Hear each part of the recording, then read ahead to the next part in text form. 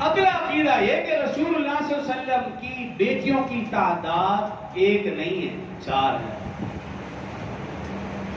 بعض لوگ صرف ایک کی بات کرتے ہیں بس، کیوں؟ باقی 3 کی بات کریں گے تو پھر دیگر صحابہ اکرام کا دماد ہونا ثابت ہوتا ہے، وہ اس چیز کو ماننے کے لیے تیار نہیں۔ 4 بیٹیاں، سب سے بڑی حضرت زینب رضی اللہ عنہا، جن کا نکاح حضرت ابو العاص سے ہوا رضی اللہ عنہ، دوسری حضرت ام کلثوم رضی اللہ عنہ، تیسری صاحبزادی حضرت رقیہ رضی اللہ عنہ۔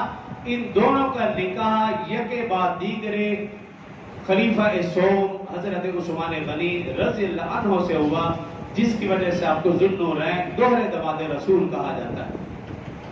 اور چوتھی بیٹی حضرت فاطمہ الزہرا رضی اللہ عنہا، حضرت علی رضی اللہ عنہ سے ان کا نکاح ہوا۔ 4 بیٹیاں ہیں رسول اللہ صلی اللہ علیہ وسلم کی، اور ان چاروں میں سے حضرت فاطمہ رضی اللہ عنہا کا رتبہ زیادہ ہے۔ اگلی بات آپ نے دھیان سے سننی ہے، 4 بیٹیوں میں سے حضرت فاطمہ رضی اللہ عنہ کا رتبہ زیادہ ہے، لیکن حضرت فاطمہ اپنی ماں کے سوا جنتی عورتوں کی سردار ہیں۔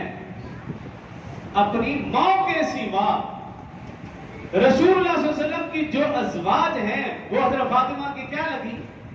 میں حضرت فاطمہ جنتی عورتوں کی سردار، لیکن اپنی ماں کے سوا۔ یہ جملہ ان دونوں کتابوں کا جو میں نے حوالہ دیا وہاں لکھا ہے، اور یہ اہل سنت والجماعت کے عقائد میں شامل ہے۔ تو اس لیے حضرت فاطمہ رضی اللہ عنہ خاتون جنت ہے، جنتی عورتوں کی سردار ہے، لیکن اپنی ماں کے سوا۔